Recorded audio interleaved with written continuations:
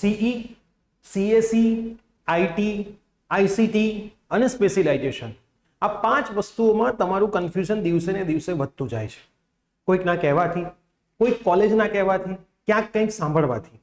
તો આજના આ વિડીયોની અંદર હું તમને ફરીથી કહી દઉં કે સીઈ, સીએસઈ, આઈટી, આઈસીટી અને સ્પેશિયલાઇઝેશનમાં શું તફાવત છે, કઈ વસ્તુ તમારા ફ્યુચરની દ્રષ્ટિએ સારી છે, તમે કઈ વસ્તુ કરશો તો આગળ માસ્ટર્સમાં અથવા તો પ્લેસમેન્ટમાં અથવા તો જોબમાં અથવા તો બિઝનેસમાં તમને ખૂબ જ હેલ્પફુલ થશે.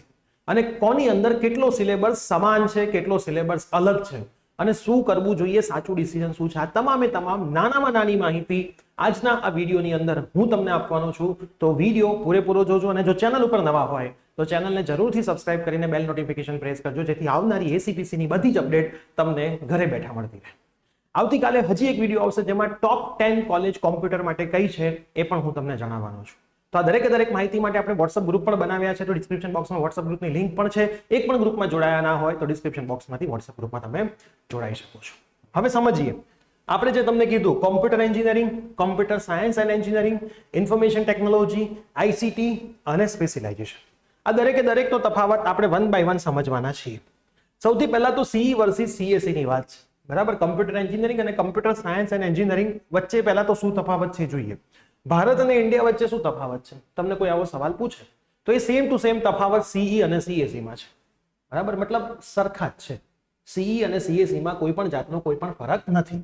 કોમ્પ્યુટર એન્જિનિયરિંગ અને કોમ્પ્યુટર સાયન્સ એન્ડ એન્જિનિયરિંગ બંને એક જ બ્રાન્ચ છે.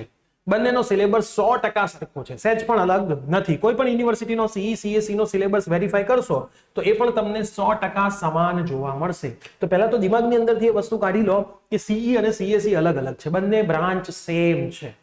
ક્લિયર આટલું? હવે નેક્સ્ટ, કોમ્પ્યુટર એન્જિનિયરિંગ અને ઇન્ફોર્મેશન એન્ડ ટેકનોલોજી, સીઈ અને આઈટી લગભગ 90% સરખા છે, બરાબર. તો 10% બંને અલગ છે.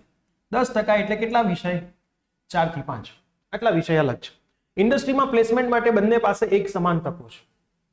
પરંતુ જો બીઈ બીટેક બાદ માસ્ટર્સ તમારે કરવું હોય તો કોમ્પ્યુટરને પ્રથમ પસંદગી આપવી, બરાબર. જો તમારે માસ્ટર્સ કરવું હોય તો કોમ્પ્યુટરને તમારે પહેલી ચોઇસ અહીંયા આપવાની છે. હવે સારી કોલેજો આઈટી બ્રાન્ચને કોમ્પ્યુટરમાં કન્વર્ટ કરી રહી છે, આઈટીને બંધ કરીને અને કોમ્પ્યુટરની અંદર શિફ્ટ કરી રહી છે. નિરમા યુનિવર્સિટીએ આઈટી ક્લોઝ કરીને કોમ્પ્યુટરની બેઠક ડબલ કરી નાખી છે. તમે ચેક કરશો નિરમા યુનિવર્સિટીમાં તો આઈટી એમને બંધ કરી દીધું. તો પહેલી પસંદગી હંમેશા કોને આપવાની? અહીં લખ્યું જ છે, મગજમાં જો શંકા હોય તો પહેલી પસંદગી કોમ્પ્યુટરને જ આપવી, આઈટીને પણ નહીં આપવી. અને સીઈ સીએસઈ તો બંને સેમ જ વસ્તુ છે, એમાં તમારે કોઈ ચિંતા કરવાની જરૂર નથી. એના પછી સીઈ વર્સિસ આઈસીટી ની વાત છે. તો આઈસીટીમાં કોમ્પ્યુટર બ્રાન્ચના અગત્યના 5-6 વિષયો ભણાવવામાં આવતા નથી, કેમ કે કમ્યુનિકેશન સાઇડ જતું રહેશે. આ ઉપરાંત આઈસીટીમાં કમ્યુનિકેશન જે વિષયો આવે છે તે આઈટી ઇન્ડસ્ટ્રીમાં કોઈ જરૂરિયાત હોતી નથી. તો લોજિક વસ્તુ છે, બરાબર. કોમ્પ્યુટર અને આઈટી ની અંદર કમ્યુનિકેશનના જે સબ્જેક્ટ છે એની ક્યારેય જરૂરિયાત પડતી નથી. અને આઈસીટી નામ છે, કમ્યુનિકેશન ટેકનોલોજી, તો કમ્યુનિકેશનના સબ્જેક્ટ એડ કરવા પડે. જ્યારે કમ્યુનિકેશનના સબ્જેક્ટ એડ થાય એટલે ઓટોમેટિક કોમ્પ્યુટર આઈટીના સબ્જેક્ટ રિમૂવ કરવા પડે, બરાબર. તો 5-6 મોસ્ટ ઇમ્પોર્ટન્ટ સબ્જેક્ટ આવતા નથી, જે કોમ્યુનિકેશનના સબ્જેક્ટ આવે છે અને એનો આપણે આગળ કોમ્પ્યુટર આઈટીની કોઈ પણ ઇન્ડસ્ટ્રીમાં ઉપયોગ થવાનો નથી. ડીએડબલ આઈસીટીમાં પણ એડમિશન મળતું હોય તો આઈસીટી બ્રાન્ચને પસંદ કરવી, બાકી ક્યાંય આઈસીટી પસંદ કરવી નહીં. અમદાવાદ યુનિવર્સિટીએ પણ આઈસીટી બ્રાન્ચને કોમ્પ્યુટરમાં કન્વર્ટ કરી નાખી છે. એટલે આઈસીટી બ્રાન્ચ તમારે જો કરવી હોય, સિલેક્ટ કરવી હોય તો ફક્ત ને ફક્ત ડીએડબલ આઈસીટી, બાકી ક્યાંય કરવી નહીં. ઇન્ડસ્ટ્રીમાં કોમ્પ્યુટર અને આઈટી બંનેની સરખી જ તકો છે, પણ મગજમાં શંકા હોય તો કોમ્પ્યુટર લેવું, બરાબર. ઇન્ડસ્ટ્રીની દ્રષ્ટિએ કોમ્પ્યુટર અને આઈટી બંને સરખા છે. આઈસીટી અને કોમ્પ્યુટરની વાત કરીએ તો કોમ્પ્યુટર સારું છે આઈસીટી કરતા. તો ગેટ અને માસ્ટર્સમાં જો આપણે વાત કરીએ તો કોમ્પ્યુટર સારું છે, બરાબર. જો તમારે પોસ્ટ ગ્રેજ્યુએશન કરવું હોય અને ગેટની પરીક્ષા આપવી હોય તો કોમ્પ્યુટરને પ્રાધાન્ય આપવું, ફર્સ્ટ ચોઇસ તમારી કોમ્પ્યુટર રાખવી. ગેટ અને માસ્ટર્સ માટે કોમ્પ્યુટર આઈસીટી કરતા ઘણું સારું છે. તો બધું જોવા જઈએ તો કોમ્પ્યુટર એન્જિનિયરિંગ લેવું જોઈએ, એવો સિમ્પલ મંતવ્ય આવે છે આઈસીટી, આઈટી અને સ્પેશિયલાઇઝેશનની દ્રષ્ટિએ. હવે વાત આવે છે સ્પેશિયલાઇઝેશનની. ઘણા બધા વિદ્યાર્થીઓને અત્યારે એઆઈમાં ઇન્ટરેસ્ટ છે, બરાબર, કેમ કે ચારે બાજુ લોકો એઆઈ કરી રહ્યા છે, બરાબર. બધી સાઈડ એઆઈ ની વાતો છે. તો ઘણા વિદ્યાર્થીઓને એઆઈમાં ઇન્ટરેસ્ટ છે અને એઆઈમાં કેરિયર પણ બનાવવું છે. એઆઈ એટલે આર્ટિફિશિયલ ઇન્ટેલિજન્સ સિવાય શું ખબર છે? એઆઈ હકીકતમાં શું આવે છે એનો આઈડિયા તમને ખબર છે ખરો કે એઆઈ ની અંદર આવશે શું? આર્ટિફિશિયલ ઇન્ટેલિજન્સ સિવાય તો 60% મેથ્સ આવશે, પ્રોબેબિલિટી આવશે, મેટ્રાઇસિસ આવશે અને 40% અલ્ગોરિધમ આવશે. એમ કરીને તમારો 100% એઆઈ નો સિલેબસ બનશે. જેને 12th માં 98+ PR હોય એમણે જ બીઈ બીટેકમાં એઆઈ શીખવું જોઈએ. બાકી બધા વિદ્યાર્થીઓને એઆઈ થોડું અઘરું પડશે. હવે તમે એમ કહો કે સાહેબ અઘરું તો કંઈ ના હોય, મહેનત કરો તો બધું જ થાય. તો આવું તો તમે 12th માં બોલ્યા હતા કે મહેનત કરો તો માર્ક્સ આવે, પણ આયા નથી આયા ને, બરાબર. તો દિલને સાંત્વના આપવા માટે આ વસ્તુ તમારે બોલવી જોઈએ નહીં. બાકીના વિદ્યાર્થીઓને માસ્ટર્સ અથવા ઇન્ડસ્ટ્રી અનુભવથી શીખવું જોઈએ, અને તમે બહારથી પણ શીખી શકો છો, એક્સ્ટ્રા સર્ટિફિકેશન કોર્સ બી કરી શકો છો. મેં ઘણી વખત એવા વિદ્યાર્થીઓને જોયા છે કે જેના બહુ ઓછા માર્ક હોય છે, બરાબર, અમુક બેનિફિટના લીધે એ DAIICT ને નિર્મમ જતા રહે છે, 4 વર્ષે એમનું એન્જિનિયરિંગ પૂરું થતું નથી, બરાબર. એટલે તમને તમારી કેપેબિલિટી ખબર હોવી જોઈએ, એ કેપેબિલિટી પરથી તમારે એડમિશન લેવું જોઈએ, એવું નહીં કે ખાલી હવામાં વાતો કરવી જોઈએ. આ વસ્તુનું ખાસ તમારે ધ્યાન રાખવું જોઈએ. Computer engineering core versus specialisation, સૌથી મોસ્ટ ઇમ્પોર્ટન્ટ ક્વેશ્ચન. તો સ્પેશિયલાઇઝેશન કઈ કઈ હોય, બરાબર, જેમ કોલેજ આપે છે અત્યારે આર્ટિફિશિયલ ઇન્ટેલિજન્સ આપે છે, ડેટા સાયન્સ આપે છે, મશીન લર્નિંગ આપે છે, બિગ ડેટા એનાલિટિક્સ આપે છે, બ્લોકચેન આપે છે, ક્લાઉડ કમ્પ્યુટિંગ આપે છે, cyber security, CSD, internet of things, mobile application and cloud technology, આટલી બધી અલગ અલગમાં દરેક કોલેજની અંદર શીટ્સ હોય છે. કોમ્પ્યુટરમાં ફંડામેન્ટલ કયા કયા? ઓપરેટિંગ સિસ્ટમ મતલબ OS, ડેટા સ્ટ્રક્ચર મતલબ DS, અલ્ગોરિધમ, સોફ્ટવેર એન્જિનિયરિંગ ક્યારેય બદલાવાના નથી. અમારા વખતે પણ હતા, હજી પણ એમને એમ છે, પરંતુ ટેકનોલોજી ઝડપથી બદલાય છે, બરાબર. ક્લાઉડ છે, ડેટા સાયન્સ છે, સાયબર છે, બધી ટેકનોલોજી છે, ગમે ત્યારે સ્વિચ થતી રહે છે. પહેલા સાદા મોબાઈલ હતા, પછી ટચ સ્ક્રીન આવ્યા, એમાંય ટચ સ્ક્રીનમાં કેટલા અલગ અલગ રીતના આવ્યા. તો technology day by day change થતી રહે છે. AI, data science, machine learning વગેરે એડવાન્સ એરિયા છે, જે BE BTECમાં એવરેજ વિદ્યાર્થીને શીખવા થોડા અઘરા છે. કોઈ એક સ્પેશિયલાઇઝેશન પસંદ કરવાથી અન્ય એરિયાના જોબ સ્કોપ ઓછા થઈ જાય, સીધી વસ્તુ.